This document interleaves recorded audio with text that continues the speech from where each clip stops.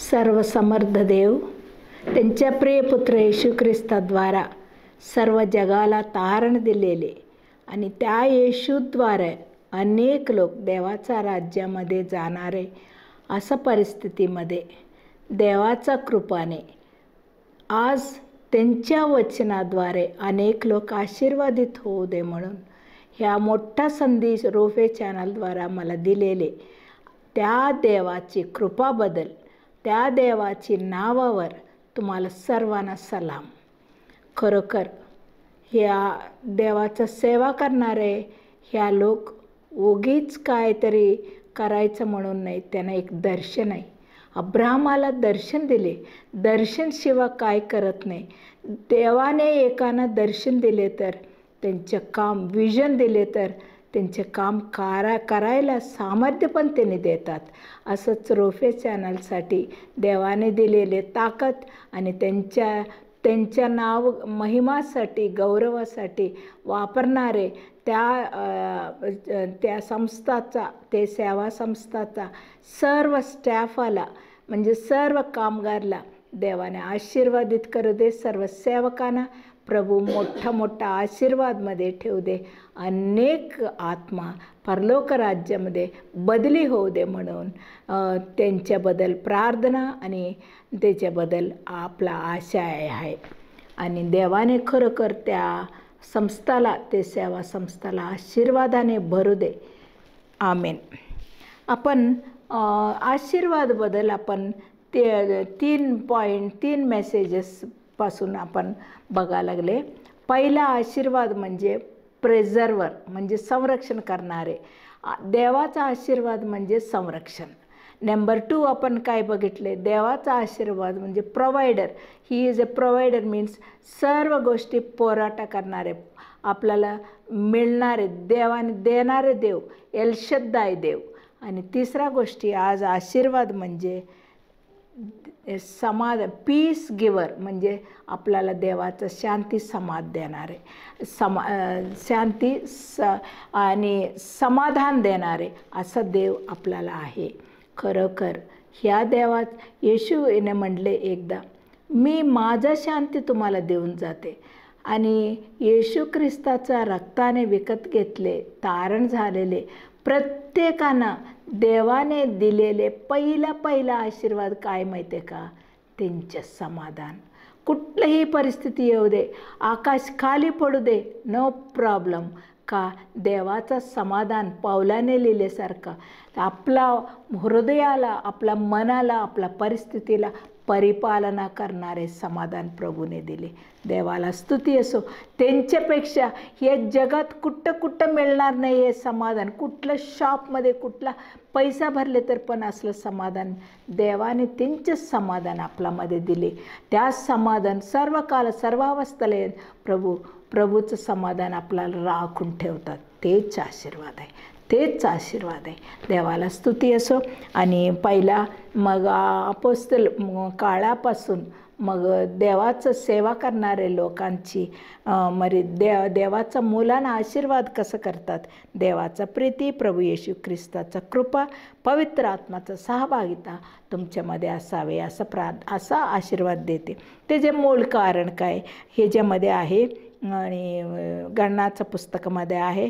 त्याच्याप्रमाणे देवाने आशीर्वाद देऊ दे, संरक्षण करू दे, मुखप्रकाश तुझ्यावर पडू दे, तुझ्यावर कृपा करू दे, तुझ्याकडं प्रसन्न मुखा करून तुझी शांती देऊ दे. ह्या 3 गोष्टी आशीर्वादमध्ये आहे. आज शेवटच्या 3रा गोष्टी आपण समाधानाबद्दल बोलूया. खरोखर समाधान प्रत्येक परिस्थितीमध्ये समाधानाचं पाहिजे. त्याच्यासाठी उदाहरण एक दाविदाचा बद्दल बोलूया. आपण पहिला देवाने संरक्षण करणारे याकोब जीवन बघितले आणि देवानं सर्व प्रोव्हाइड करणारे देव आणि हक्साचं जीवनामध्ये आशीर्वाद बघितले. आता 3रा दाविदाचा आशीर्वाद आहे. 2 शमूएल 7व्या अध्यायामध्ये शेवटचं वचन, तुझ्या आशीर्वादाने माझा घर सर्व काळ आशीर्वादित असावे. तू दिले म्हणून माझा घराणं सगळं आशीर्वादित आहे म्हणले. प्रभू दिलेत शिवाय आशीर्वाद मिळणार नाही. प्रभू दिल्याशिवाय त्या आशीर्वाद ह्या लोकांना पोचू शकत नाही असं झाले. मग दाविदाच्या जीवनामध्ये बघितले तर त्यांच्या जीवनामध्ये एक छान गोष्टी आपल्याला शिकून येते, म्हणजे कुठल्याही परिस्थितीमध्ये त्यांच्या मनातलं समाधान त्यांनी काढून दिले नाही. त्यांनी समाधानाचं झोनमधून एक समाधानाचा एक परिधी, एक लिमिटेशन्स असतात.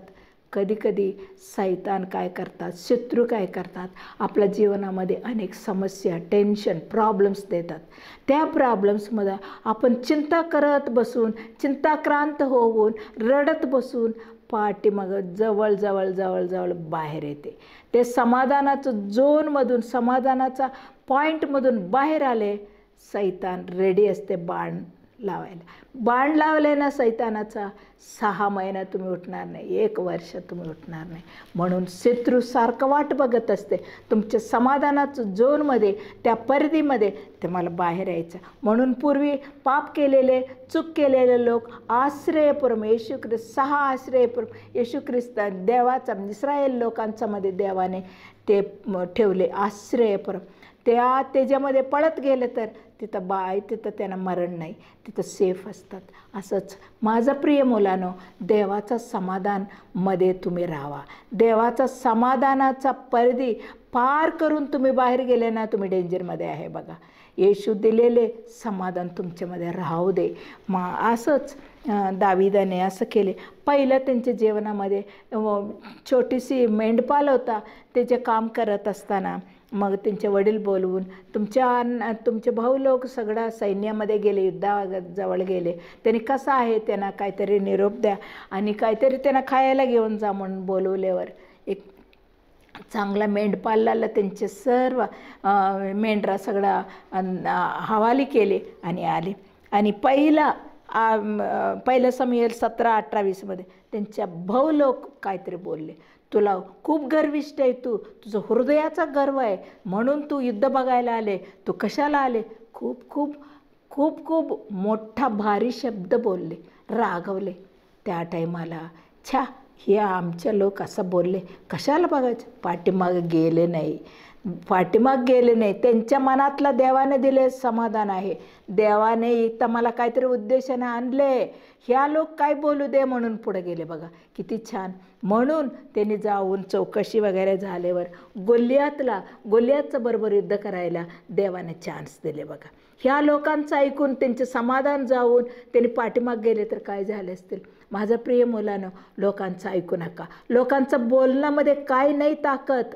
देवाने तुम्हाला बोलायला पाहिजे. देवाची इच्छा तुमच्यामध्ये आहे. तुम्ही देवाने सांगितलेले काम करा. लोक काय बोलले तर लक्ष देऊ नका. मग असंच गोलियातकडे आले. गोलियात पण काय म्हणले, त्यांनी तुच्छ केले म्हणले, तुच्छ मानले म्हणले. गोलियात तू काय रे एवढं छोटे. परंतु त्याच्यामध्ये त्याला मारायला देवाने ताकद दिले नाही का. त्याचे समाधानमधून अरे एवढा मोठा माणूस मला बोलते म्हणून पाठीमाग आलाय का, आले नाही. त्यांचे समाधान सोडले नाही.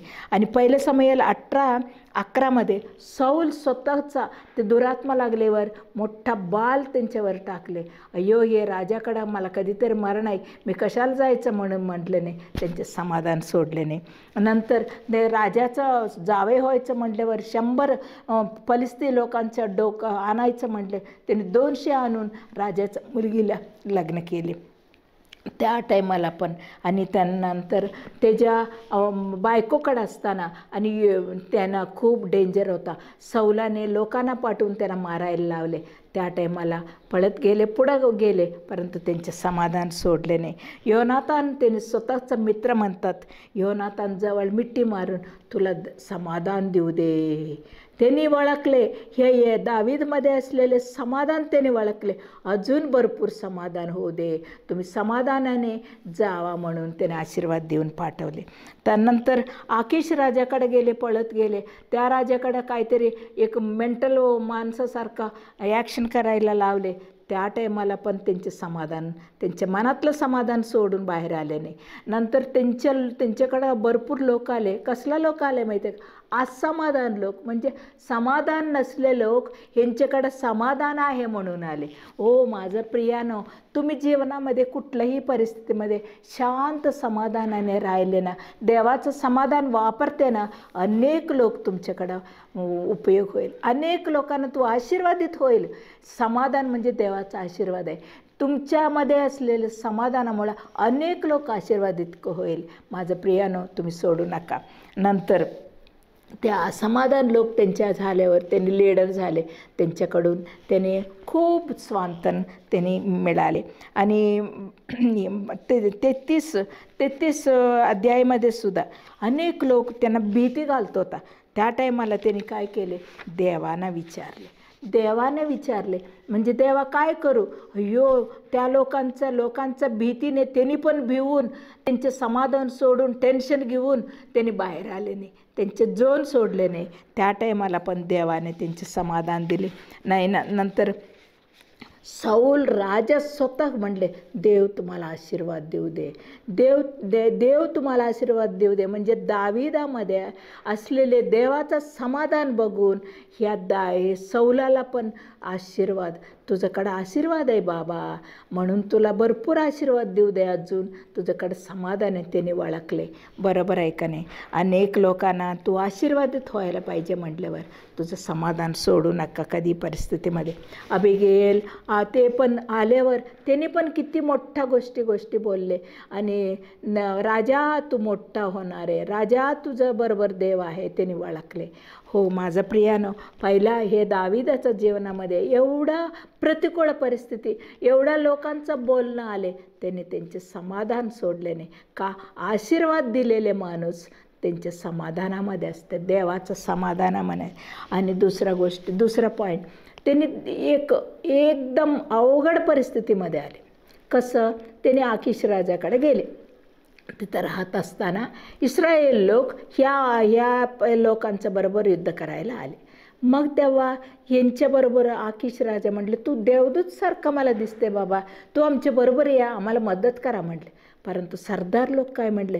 राजा, हे माणूस इस्राയേल लोकांचे माणूस आहे. एक दिवस स्त्रियाने त्याला, सौल राजानं 1000 आणि त्याला 10,000 मानून त्यांना गीत गाण करत होता. अशा परिस्थितीमध्ये ह्या माणसाला कसा आपण विश्वास ठेवू? ह्या माणूस त्यांच्याकडे गेल्यावर त्यांच्या पार्टीमध्ये गेले तर आपल्याला हे होत, याला लगेच पाठीमागं पाठवा, त्याने आपल्याबरोबर युद्धाला यायचं नाही असं बोलले. मग किती अपमान झाले, किती रडू आले त्यांना. मग त्यांच्या लोकांचं बरोबर पाठीमागं आले. आल्यावर सिग्लकला आले स्वतःचं. तिथं गेल्यावर अमालेकी लोक येऊन सगळं बायका मुलं सर्व प्रॉपर्टी नेली, काय नाही. त्या टायमाला रडायला शक्ती नाही, असा परिस्थिती त्यांना मिळाली. त्यांच्याबरोबर असलेले लोक काय केले माहिती आहे का? त्यांना दगड घेऊन मारायला सुरू केले. दगड घेऊन मारताना त्यांना काय वाटायला पाहिजे? अरे इकडं गेले तर इथं हा अपमान झाले, इथं गेले तर इथं आले तर बायको मुलं सगळे गेले, माझ्याबरोबर लोक तरी मला साथ देते म्हटल्यावर ह्या लोक पण मला दगड घेऊन मारायला आले. असं परिस्थितीमध्ये दावीद काय केले? त्यांना देवाने दिलेले समाधानाचं जोनामधून बाहेर आले नाही. देवाला विचारायला गेले काय म्हणून, प्रभू मी जाऊ का? ते अमालेकी लोकांचा बरोबर जाऊ का? त्यांचं युद्ध करून त्यांना मिळेल का? मला मी काय आमच्याकडून गेले सर्व परत मिळेल का? असं विचारले. किती चांगलं आहे. आणि सगळं परिस्थिती चांगलं असताना, लोक चांगलं बोलताना त्यांनी कीप केले, त्यांचे समाधान सोडले नाही. आत्ता रडायला शक्ती नाही अशा परिस्थितीमध्ये पण त्यांनी सोडले नाही. माझं प्रिय मुलांनो, तुमची परिस्थिती देवाला माहिती आहे. तुम्ही निवांतपणे बसून रडू नका, निवांत बसून टेन्शन घेऊ नका. का माहिती आहे का? देव तुझ्याबद्दल काळजी आहे. देव त्यांचे समाधान तुमच्यामध्ये ठेवले. कशासाठी तुम्ही रडत बसते? नाही, तुमची सर्व परिस्थिती देवानं येते. सैतानला तुम्ही चान्स देऊ नका. शत्रू तुम्हाला बघून पाठीमागं घेऊन जायला, त्यांच्या अधीन करायला घेऊन जातात. तुम्ही सावध राहा. आणि लास्ट त्यांच्या राज्यात आले. नंतर मग ते देवाचा कोश पण आणून ठेवले आणि सौलाचा मरण झाले आणि राज्य म्हणजे ते हेब्रोनमध्ये येऊन राजा झाले.